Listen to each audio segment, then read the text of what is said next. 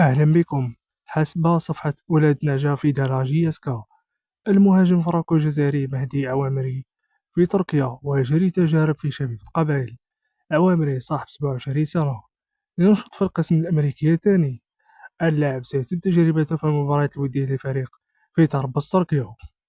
في ثاني خبر، بعدما توقفت المفاوضات في وقت سابق للمطالب المالية المبالغة فيها من طرف نادي سيمبا 1 مليون دولار، بعثت مفاوضات من جديد بين نادي شبيبة قبائل وإدارة سيمبا تنزاني حول احتمالية انتقال المهاجم جون تشارلز آوا إلى شبيبة قبائل، حسب الصحفي إسماعيل حامشي.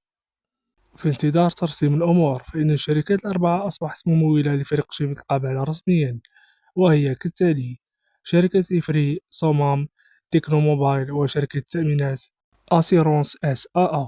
بالتوفيق لجياسكا في دوري أبطال إفريقيا، الدوري الجزائري وكأس الجزائر. لا تنسوا لايك وتعليق ونشر الفيديو، شكرا.